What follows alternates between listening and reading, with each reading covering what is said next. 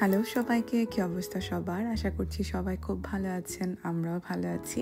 আমি ঐশ্বর্য, ওয়েলকাম করছি আমার নতুন আরেকটা ভিডিওতে।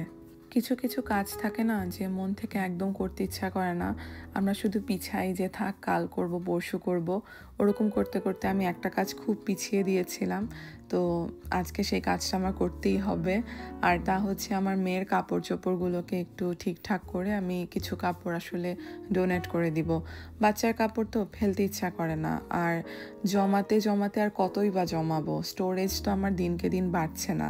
আর সংসার যেহেতু বেশ কিছু দিনের সময়ের সাথে সাথে কিন্তু কাপড় চোপড়, জিনিসপত্র সব কিছু বাড়তেই থাকে, কিন্তু স্টোরেজ তো আর তার সাথে সাথে বাড়ে না।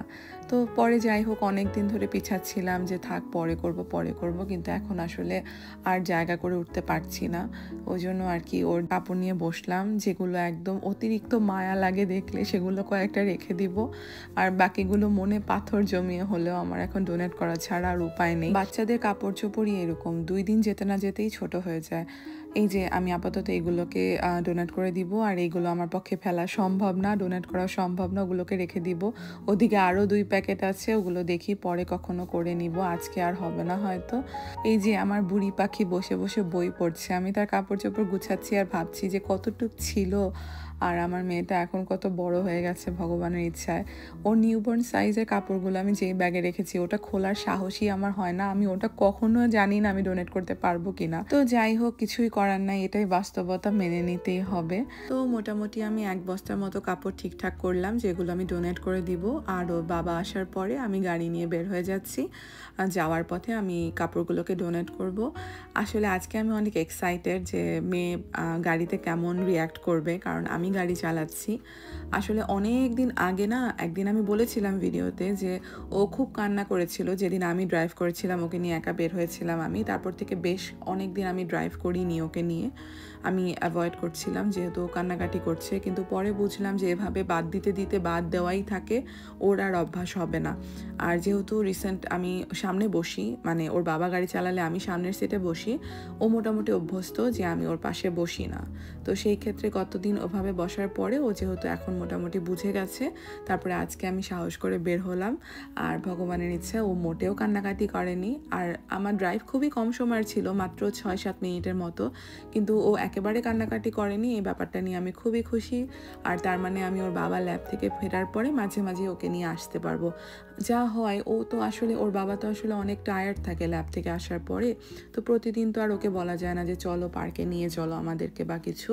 ওই জন্য ঠিক করেছি যে এখন যেহেতু মেয়ে আমার সাথে আজকে ড্রাইভ করে আসার সময় অত একটা ডিস্টার্ব করেনি, অত কেন মোটেই ডিস্টার্ব করেনি, তো সেই ক্ষেত্রে আজকে থেকে আমি ভাবছি যে ওকে বিকালবেলার প্রতিদিন পার্কে আমি একাও নিয়ে আসতে পারবো যদি ওর বাবা টায়ার্ড থাকে। আমি বারবার পার্ক বলছি আমাদের বোঝার সুবিধার জন্য, এটা আসলে একটা ওয়েলনেস সেন্টার। এখানে ওই যে বিল্ডিংটা দেখালাম একটু আগে, ওটার ভিতরে জিম আছে, তারপরে নানা ধরনের ওয়েলনেস সেন্টারে যেমন যা থাকে আর কি সবই আছে। আর বাইরে হাঁটার জায়গা আছে, খেলার জায়গা আছে, বাচ্চাদের খেলার জন্য নানা ধরনের ইকুইপমেন্টস আছে, ওই পার্ক মতোই আর কি।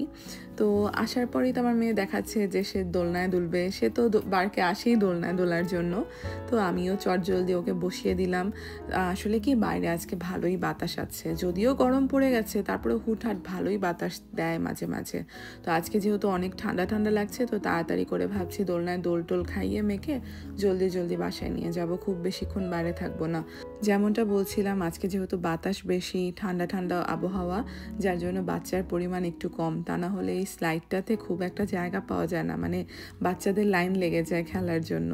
তো ফাঁকা পেলাম, তাই ভাবলাম মেয়েকে একটু স্লাইডেও চড়াই। ওকে আস্তে আস্তে আমি সব কিছুর মধ্যেই চেষ্টা করছি যাতে ও পার্কের নানা ধরনের অ্যাক্টিভিটিগুলো এনজয় করতে পারে। প্রথম তো আমি অনেক ভয় পেতাম, ওকে স্লাইডের আশেপাশেও আসতে দিতাম না।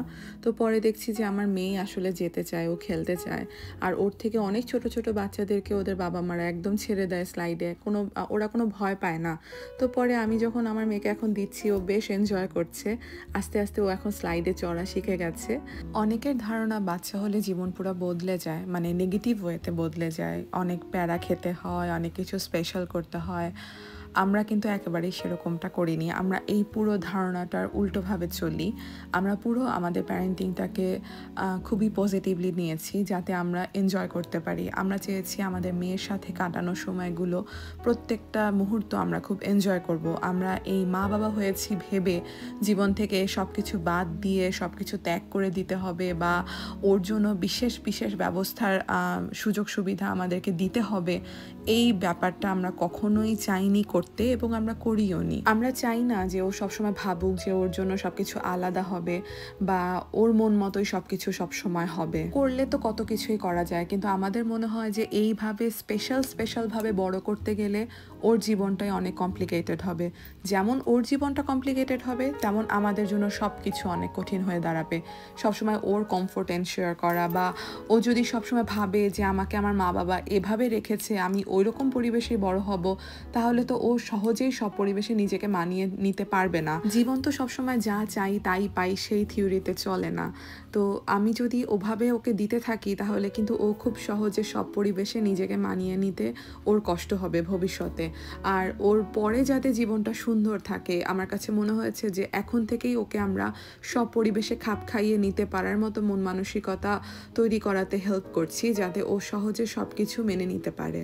আসলে মোট কথা কি, আমরা প্যারেন্টিং জিনিসটাকে অনেক ইজিভাবে দেখি, আমরা মোটেই কমপ্লিকেটেড বানাইনি, যার জন্য পুরো ব্যাপারটাই আমাদের কাছে খুব সোজা আর খুব এনজয়েবল। যেমন আমরা আগে ছিলাম, আমরা এখনও ঠিক সেরকমটাই আছি, শুধুমাত্র আমাদের আনন্দের মধ্যে যোগ হয়েছে অনুভূতি, আমাদের মেয়ে।